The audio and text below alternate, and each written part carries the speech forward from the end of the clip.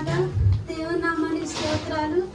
అన్ని విషయాల్లో కూడా నా భార్య నా బిడ్డ గొప్పది కాదు కానీ నా తల్లి మంచిగా చూసుకోవాలనే అభిప్రాయం ఆయనకుండేది. దేవుని నామానికి స్తోత్రాలు.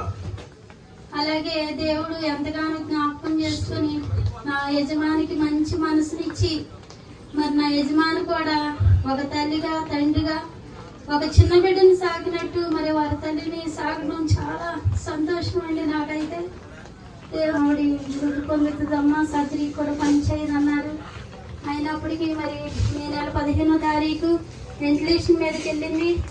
దేవుడి కృపను బట్టి నా దైవజనులు నా సంఘాలు చేసిన ప్రార్థన బట్టి దేవుడు ఆ రోజు మరణం తప్పించారు. దేవుడి నామానికి స్తోత్రాలు. మేమైతే 24 దాటిపోతుంది.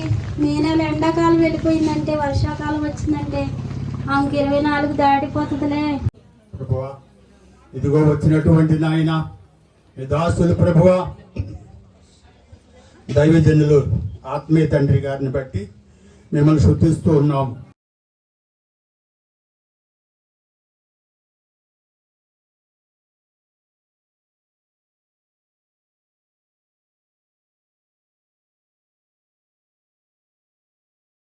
ఈ బాధ నుంచి బయటకు రావడం కోసం, ఈ భూమి మీద జీవించే మానవుడు నెమ్మదితో ప్రశాంతతో బ్రతకడం కోసం దేవుని మాట విని విశ్వాసం వచ్చినప్పుడు, నా కుమారుడా నా ఉపదేశాన్ని నువ్వు మర్చిపోకుండా ఉంటే అవి నీకేమిస్తాయి తెలుసా?